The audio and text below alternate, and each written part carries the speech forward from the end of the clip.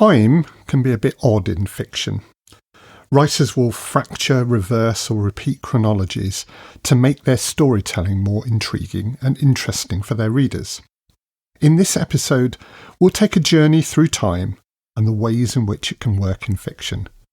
Welcome to the Writer's Gym. The Writer's Gym podcast. Build creative confidence and grow your writing life with Rachel Knightley and Emily Inkpen.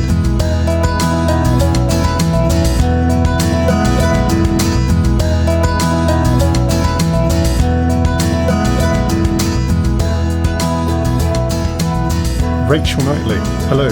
Hello. Emily Inkpen, hello. Hello. Our narratives have combined and we are all in the same room at the same time in Reading. Yes, we are. Yes. You managed to make that sound like such a downturn in Reading. Well, I didn't mean Reading so far. I didn't mean to diss Reading in that, and especially as it's where Emily lives. It's Emily Land. Well, I mean, I wouldn't go as far as to say Emily Land. This house is Emily Land. Ah, but it's temporarily Emily Land, and you know this house and what is Emily in it goes from place to place through eras. This is true, and wherever I go. Yes. And amongst your fractured narratives and repeating timelines. Reading is for me actually a bit of a liminal space, because the reason we moved here is because it's very easy to get to everywhere else. It's a very well connected town. So it's a great place to live if you go to things in other cities, in other places. And so therefore it's sort of good between spot. It's the wood between the worlds. That's in what I was Narnia. about to say. Yes. Yeah. Well, writers love a liminal space, don't they? Absolutely, but I'd never thought of Reading as being a liminal space. But I think What, you mean you don't think C.S. Lewis was thinking of Reading when he created the wood between the worlds? Really?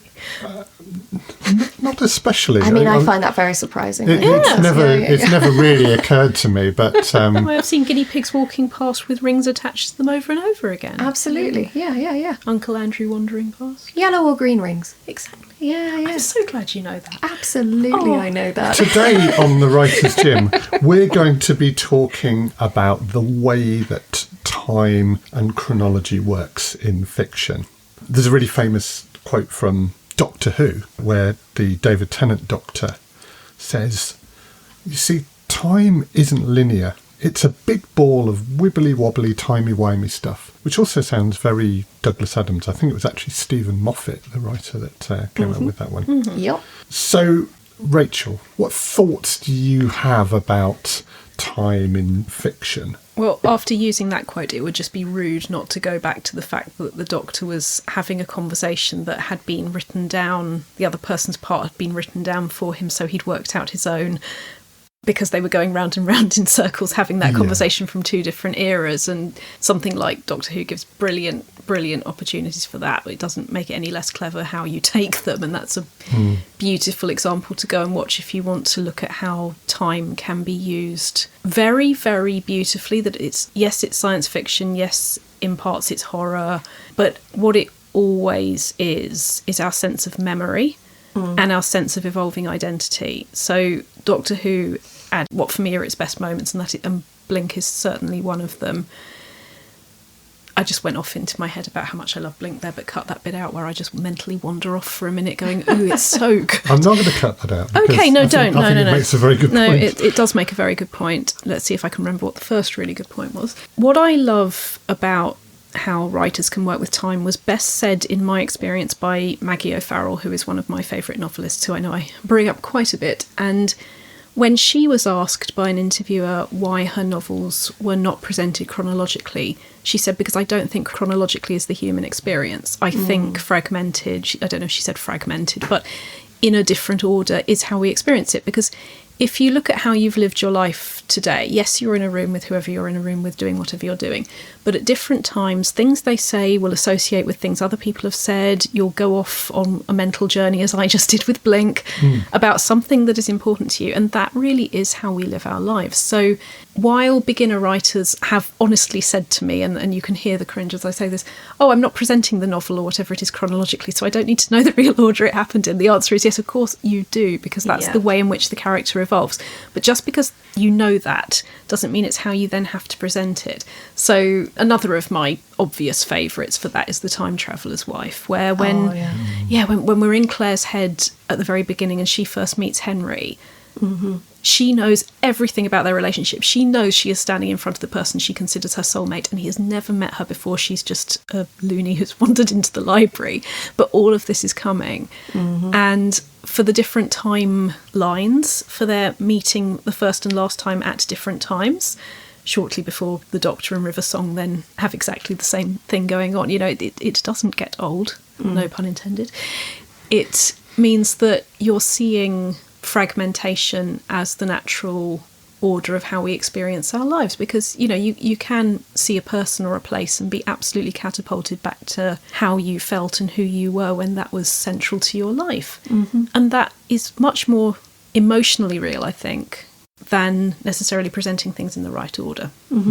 Yeah, we sort of live our lives in retrospect, almost, in a way, because in every moment we're thinking about, I mean, like look at what we're doing right now. We are at the moment sitting in my house talking about chronological or not storytelling.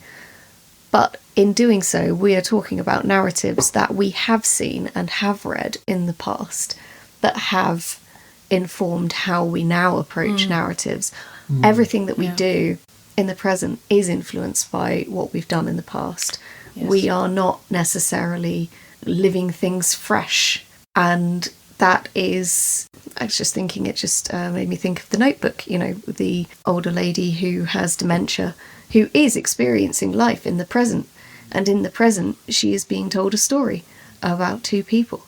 And it's only later when she has a flash of lucidity and comes back to herself and remembers that the entire story is her story and the story of Noah, who's been telling her the story all day, that she is able to live in the past of that story, and she is able to know it and join bring all it of into the the dots present. And bring it into the present and bring the past into the present in that beautiful way.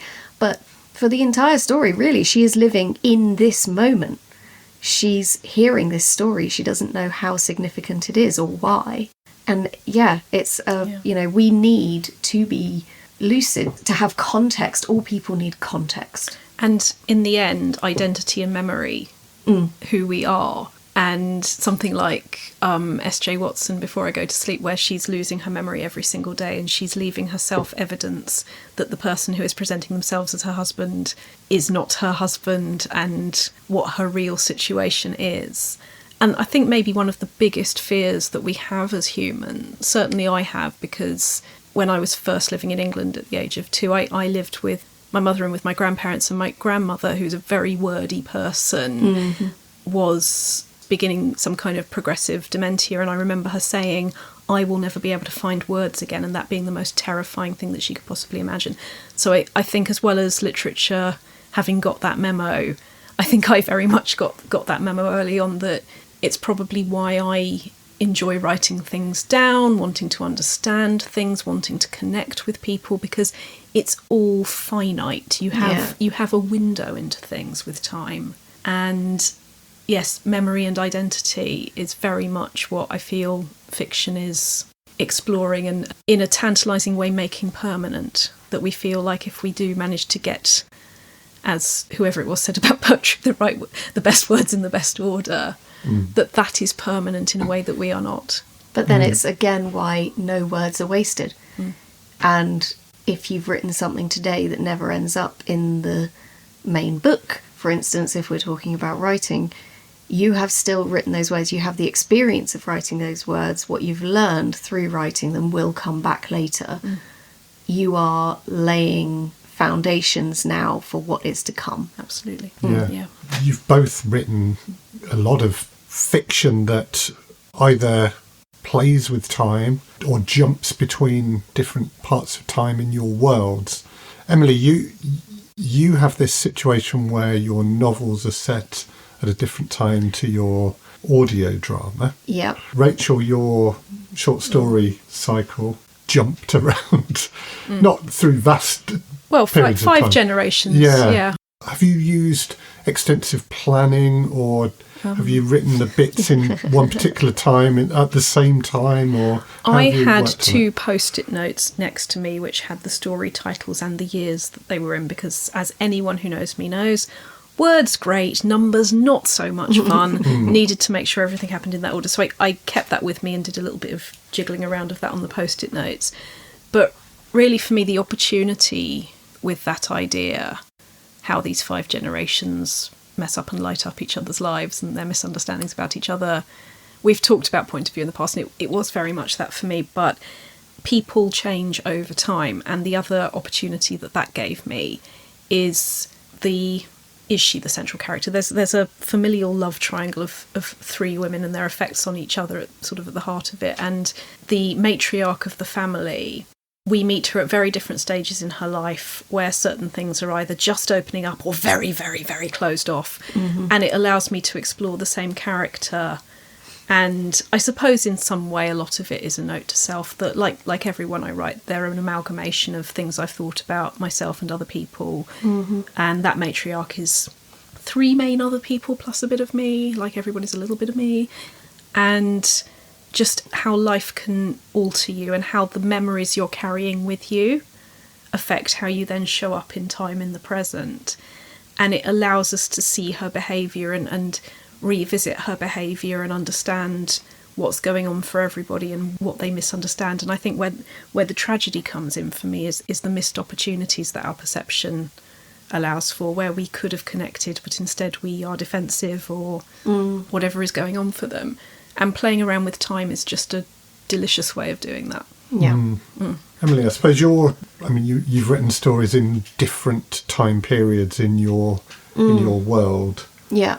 I mean, how's that been, jumping between those time periods? Really challenging for a while, because I've mentioned before that, my novels are set 11 years after the audio drama. And that means that, the novels start when the main characters are 26, 27. The audio drama is when they're 15 and 16. So a while back, I wrote the first novel first and then started working on the audio drama. And in that time, I was working on book 2. And in book 2, they're like 28. And in the audio drama, they're 15. I was having to jump between those 2 time periods, these same characters, completely different points in their lives. I would be going from these complicated adults who have seen everything, and up until that point they are complete within themselves and these extensive life experiences that they've gone through, and then jump back to them at 15 and have to sort of work my way back through those events. I found myself sometimes writing a reaction from Isra, and it's like, well, no, she wouldn't react like that because she hasn't experienced all of these things yet. They are to come. And it's fine, you get around it, but it is hard sometimes because you have to sort of rewind your headspace to settle into where they're at. And writing teenagers is really hard. Writing teenagers like the kids in that story is really hard because they've gone through things that a lot of adults wouldn't have even considered in life. They've not had a typical teenage experience. What is a typical teenage experience? Blah, we could talk about that forever. But, their experiences are very extreme and very adult, yet they are teenagers. So it was really a case of unwinding emotional intelligence and emotional sort of context and, maturity from experience. I'm not framing this particularly well, but it was hard. It was challenging. It was tough at times. And especially when I was tired, this was particularly tricky. Now it's not so bad. And you were writing these strands at the same time. Exactly. Yeah, so that was what was challenging. And when we were talking before this recording started, we did make the observation that even writers whose narrative is relatively linear, that all the story is set in a traditionally linear chronology, they may jump around as they write it. So they might start with something towards the end of the story, write the beginning at the end. So, as writers, maybe we impose that sort of fractured chronology on ourselves sometimes, don't we? But in a way we have to, because as humans, the beginning and ending that we don't have a choice about most of the time, not always, is being born and dying. Whereas within stories, we are imposing choice, we are imposing, this is where I see the beginning as, this is where I see the end as. And Pratchett's done that, here's the beginning. Oh no, wait, here's the beginning. Oh no, wait, here's the beginning. It depends where you start looking. And it is all imposed. We are storytelling creatures. We put a narrative on things. What really kind of hammered that home for me was when my main job was leading drama clubs and plays in schools. You could set your watch by the fact that whatever scene you gave most primary school groups, and you said go off and make a scene about this, and they'd do a bit on their own, they would begin it, in the early years, they would begin it by waking up in the morning, and they would end it by going to sleep at night. Yeah. Because those are beginning and ending positions that we can all compute. Yeah. And that's what the brain does. It finds beginnings and endings. They're more arbitrary than we realise, I think. Yeah.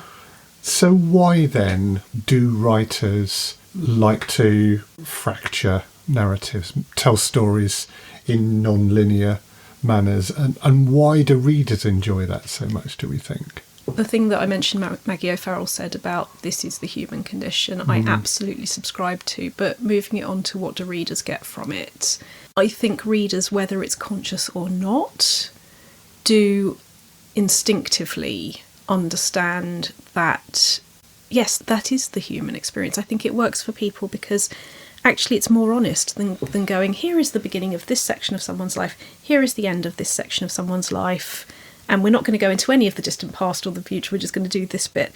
We know that's going to be more limited than if we've got a little bit more freedom around that. So taking one more Maggie O'Farrell example, there is one of her novels that begins where somebody has just tripped over in the street, so we meet them in midair. They've tripped over a paving stone, they're in the air, they're about to fall reasonably nastily onto the pavement because they've fallen over something. So they are literally midair. And they see in the not too distant the man that they're going to end up dating quite soon. So this is how she meets him. Okay. And I probably should have mentioned this in the foreshadowing episode because it's not going to be plain sailing, but that's how she meets him. And there's a lot that I think taught me in terms of beginnings are arbitrary. We have been born, we've learnt a lot, some of it good, some of it bad, and we're now living it, and that's going to have its own repercussions. But you've got to, at the risk of sounding a bit glib, you've got to start somewhere. Yeah.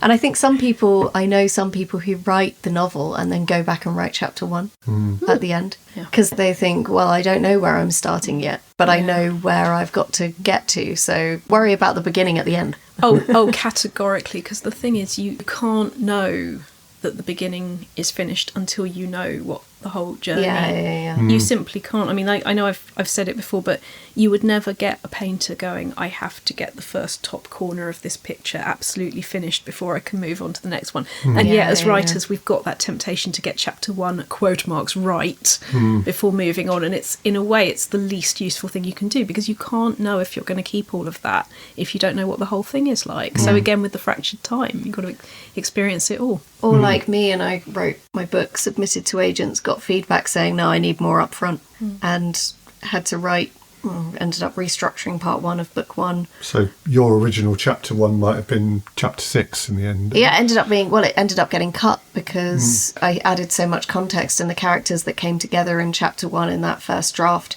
were on different sides of the planet, actually, in that new, when that event unfolded in the later draft, which was much more likely. The agent at the time said, given how these characters operate, it is very unlikely that they would all be in this one place at this same time. And it's absolutely true. I put them all there because it helped with the plot, but that's not how you want to do it. And so by giving the beginning that extra space, it meant that you knew all of the characters in their place, where they happened to be, and that was much more realistic because they wouldn't have all been in that one place at that time. They wouldn't, not at that point, not given what they've been through in the past and who they are at that time. It wouldn't have happened. So going back, completely rejig the first part. Yeah. But through getting to know the book better, and you got to know it better, the agent got to know it better. So it's I just feel like I need to stick this health warning on everything I ever say. Don't try and write the final draft before you've written the first one. With your example, Emily, that's how you got to know that world a bit more. I know you did already, but you move through it. We can't know that without writing it. Get all the pieces of the jigsaw on the table before you start to put it together. Before you start taking out the scissors and making it into a different jigsaw. Exactly. Yeah. Well, let's think about some of the ways in which narratives can be fractured in fiction. We'll just use a couple of examples here, and we can think about maybe putting some more in there. So a common one might be that we start a story with an event, and then the rest of the story tells how we reach that event. That might be the classic circular narrative, perhaps. Another interesting one is where we repeat the same events, but from the perspectives of different characters. So we're seeing the same things over and over, but getting different perspectives on them. We look at different narratives or characters at different periods and leave readers intrigued about how they can link up. And probably the most common one, certainly this would have been the case quite a while ago, is that linear structure, the story told in a chronological order, the order in which the events happened. So there's 4 examples of structures. Are there more that you would like to throw in at this point? I'll throw in a few that just to show I'm not all yay fragmented and boo chronology. I mentioned on an earlier episode that one of my favourite books of all time is Jane Eyre. And what she does is Bildungsroman. She takes the whole story. So we meet you at your youth. We take forward, it's told from the perspective of the adult remembering. And that separate argument that we can have is that, liberties might be taken with the language that the child uses. That's a separate argument. But we see them growing, we see what they've learnt, we see what happens next. Because of the moral dimension with Jane Eyre, because it is very strongly, I am a free being, and you are not going to be able to do anything about that. And she's already got that as a 10-year-old. There's already something in her that gets carried forward, that even as the obstacles get worse and worse, even in the face of death, she is herself first. There's other ways of looking at that, and I know there are, but it does that very successfully. And by starting at the beginning and finishing at as old as she gets within the book, we can see the progress. It makes its point. It is the story of a person. Similarly, if you were to tell Cinderella in retrospect, it probably wouldn't have quite the same effect. I lived happily ever after. Let's look back at when it was rubbish. And it wasn't always like this, kids. And don't get me wrong, because there's good examples of that too, but you've got to think, does it serve the story? So I can do examples of the opposite, but I guess I've already fragmented elsewhere, haven't I? I think so. Now, Emily, your stories tend to be quite linear, don't they, in their storytelling? I have a timeline, yes. Yeah. I mean, that's it. You seems said to that me like I have a cold. I have a timeline. Yeah, I have a timeline today, and it's not timey-wimey. It's just time. Yeah. Was there a reason for that? I mean, was that the way that you? I mean, clearly it was the way you thought you could best tell the story. Yeah. I mean, I was telling a story, and that was how it was coming out. I mean, there would have been no point in messing with that at all. Not in the story that I was telling. These characters go on a journey, and as the reader, you are with them through that process, and seeing a snapshot of where they are going to end up later. It's not. I have a bit of a problem with this because obviously the audio drama is set before, and so book 1 of the trilogy, which is set 11 years later, is technically still in publisher submission. It's been a couple of years now. I'm not holding out any hope, but at the same time, I'm now thinking that I don't necessarily want it to be published now, because spoiler alert, 11 years later, there is something to be said for the fact that actually it would be cool if we got the audio drama to a certain point and then released the novels, because then it would be a what comes next. And that would be potentially more powerful than releasing the novels now and being like, oh, and by the way, in 11 years' time, this happens. You know, and I don't think, right, while some stories could really thrive on something like that, with the Dex legacy, I think actually it would take from the journey that the listeners are going on with those characters. It is definitely a building of character and story through all of these adverse events that they face together. You sort of watch the layers of the onion build up around them, and that's sort of a process that's ongoing, and yeah, you can go back and then find what was at the heart of it, whatever. There are some stories that absolutely work. I mean, you mentioned about starting at the end and then having a sort of, so here, how did we get here? Snatch, for instance. Guy Ritchie, absolute classic example. You know, the opening scene is the two main characters sitting in a dodgy jeweller's with a diamond that's being valued, and nobody's looking very comfortable, and they're all sort of like, what are we doing here? And he's like, you might wonder how we ended up like this.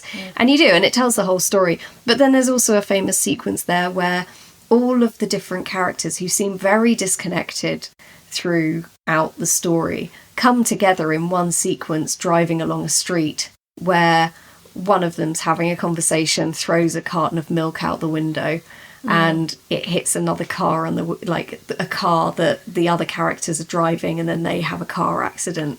But it all happens the other way around. So we start out with the characters behind, the milk hits the window screen, they go off and drive off, and then things happen. Then we're with the characters who then throw the thing out the window. It all comes together in this moment that is really a sort of climax to the story in a way. And it's very entertaining and very well done. And I'm just in my head now seeing Gene Wilder standing on that windowsill at the beginning of The Woman in Red with the voiceover going, how did I get here? I was so sensibly jobbed and married and this, that and the other, and now I am standing on the outside of a hotel and people are starting to look up wondering what I'm doing. And you work back through how he's dismantled his life in a week or however long it was. But then you also mentioned stories that are one person's perspective and then another person's perspective. You get that in The After Party on Netflix, which I think I've mentioned before, because they also did it in different genres in season 2, which was lovely. But it's the whodunit, isn't it?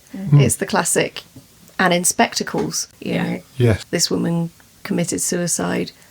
Who was responsible? Well, everyone in this room was responsible. Here's a bit of the story where you came in. Here's a bit of the story where you came in. You all contributed to this woman's life derailing and spiralling. And then by not showing the photo to any of them and then realising that when he's gone, letting the audience realise it is not just about these characters, that is all of us. And exactly. Using that device anywhere is brilliant, because I guess that's another reason that fragmentation, because that is an example of fragmentation, because we go back into those stories, absolutely, you know, it reminds us that we are all connected, that we are all affecting each other every single day, that no story is a done deal. It's a beautifully conceived play.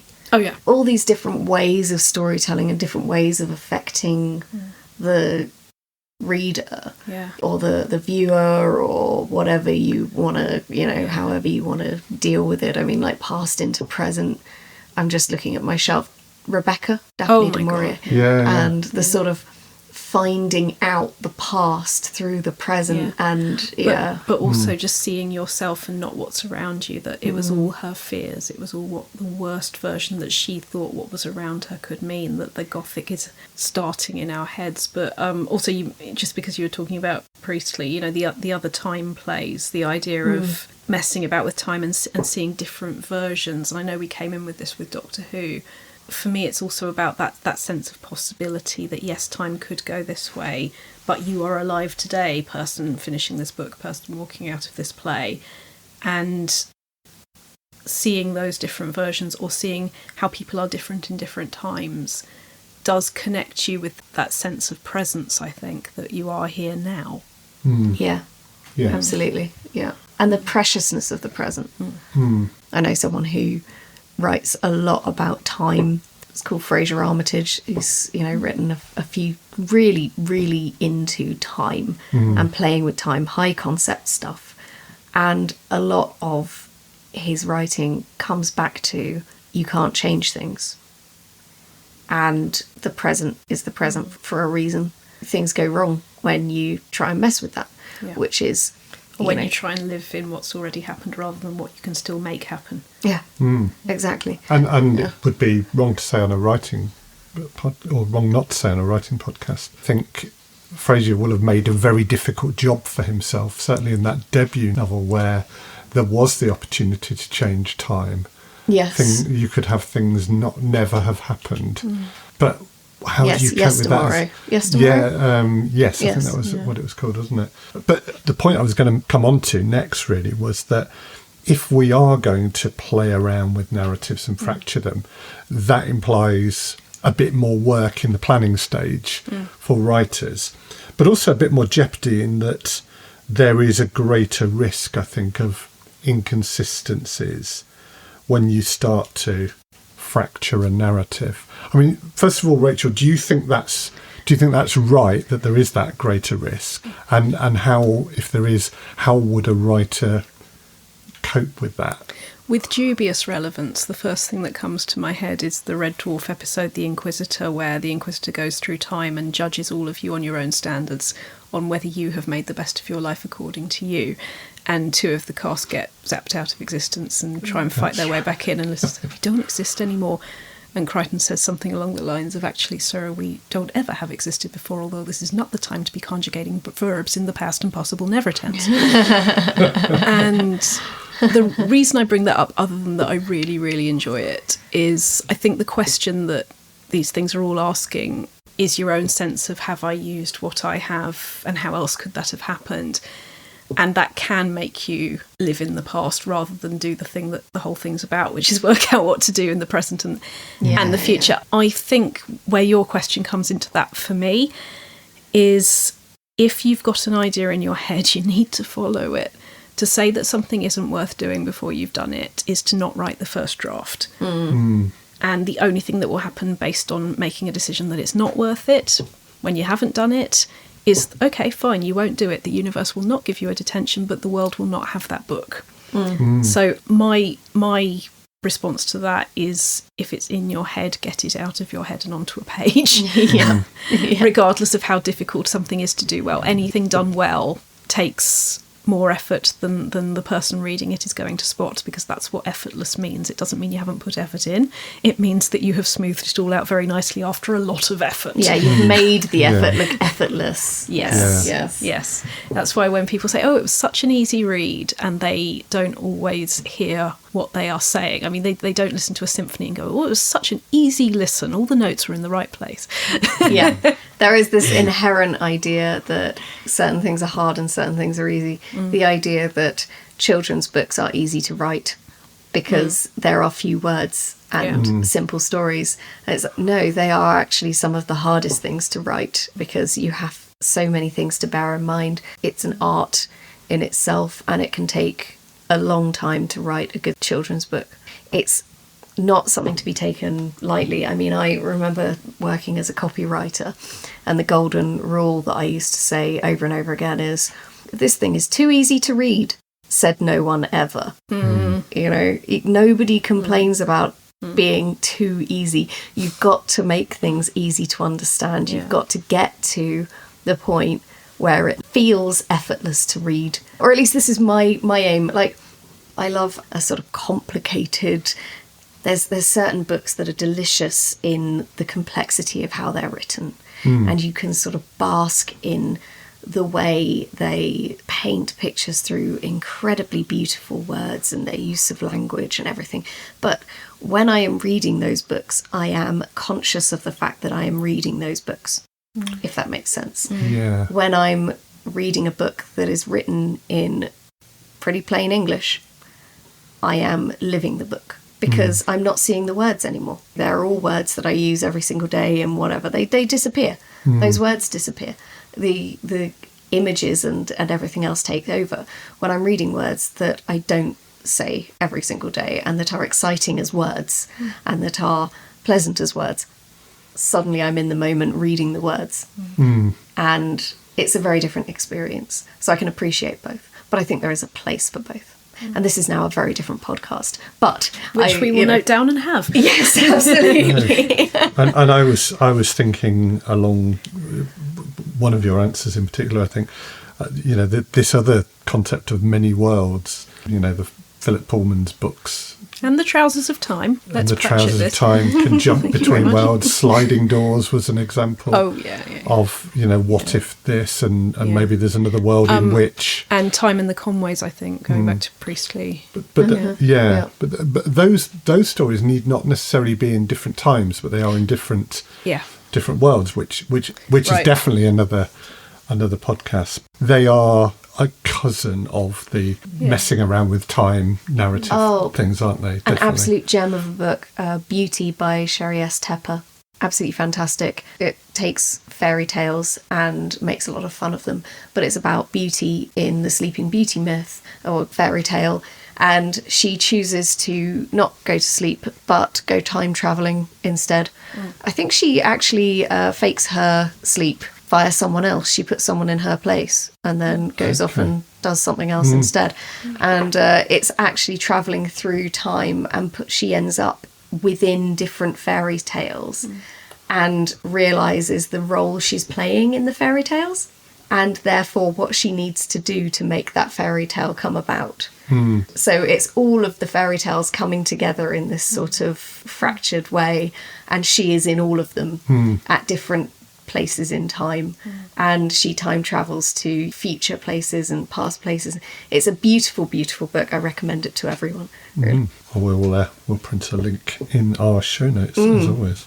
So we're coming towards the end of this discussion about different narratives and timelines in your writing. Rachel, do you have an exercise about chronologies? I have an exercise about chronologies, yes.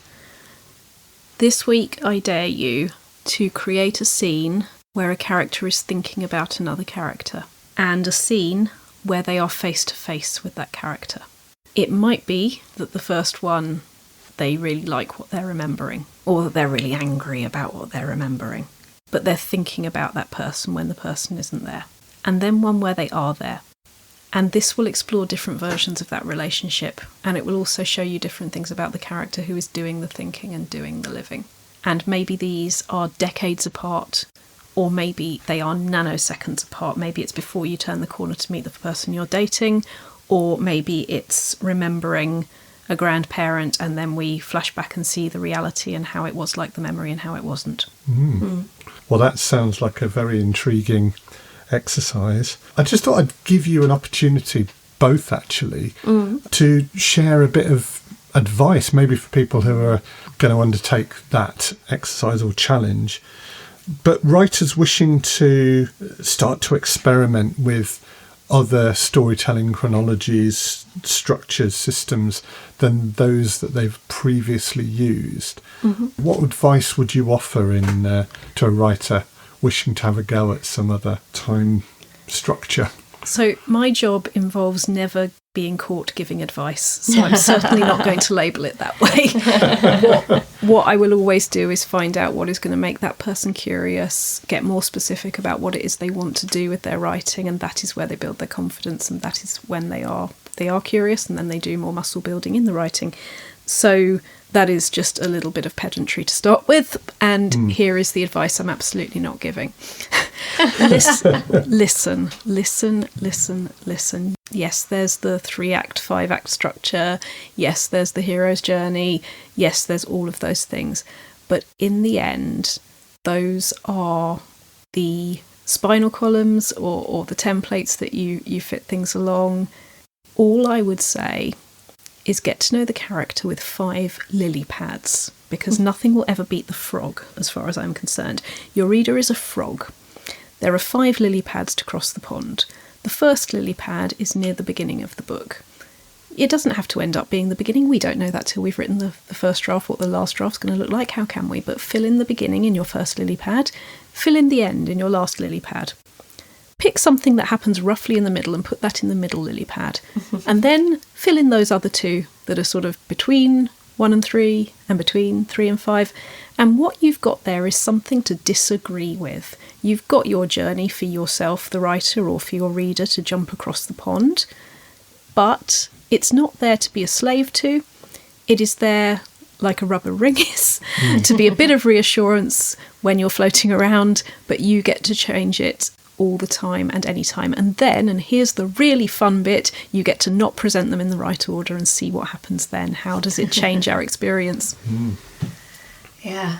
Very intriguing. Gosh, what would my advice be? Again, not advice, because nobody really knows. Invitation, maybe. My sort of habit comes in prequels, so I tell prequels. And we've talked before about foreshadowing. So maybe a good exercise, if not advice, would just be whatever happens in your story, your main story, go back and think of an event that happened in the past that maybe you've referred to. And think of it that way, like what came before or what comes very much after. If you're doing character development, this can be quite useful because your character is them now, but as we've discussed earlier on, we are an amalgamation of all of our past sort of experiences. If you're getting to know a character, write about something that happened to them when they were little. See how that affects them now. Why is that the thing that they are thinking about in this moment? You know, why is that the thing? What has contributed to them over time? I would say go back in time, work out what made them now. Well, listeners, we hope you have a lot of fun playing around with time, and we are out of time in this podcast. Oh, well done. Pretty poor, that, wasn't it? Oh, keep it. Keep it. I'll keep it anyway. I won't think of anything better. So, as always, Rachel Knightley, Emily Inkpen, thank you for joining us today. Chris Gregory, thank you for joining us. Thank you. Yeah. Thank you for listening to the Writers' Gym podcast with Rachel Knightley, Emily Inkpen, and me, Chris Gregory. If you'd like to learn more about Rachel and the Writers' Gym, please go to rachelknightley.com. To find out more about Emily, please go to emilyinkpen.com. And for Chris, go to alternativestories.com. We'll print all these links and more in the show notes for this podcast. The Writers' Gym podcast is an Alternative Stories 2024 production for the Writers' Gym. Production, sound design and editing were by me, Chris Gregory.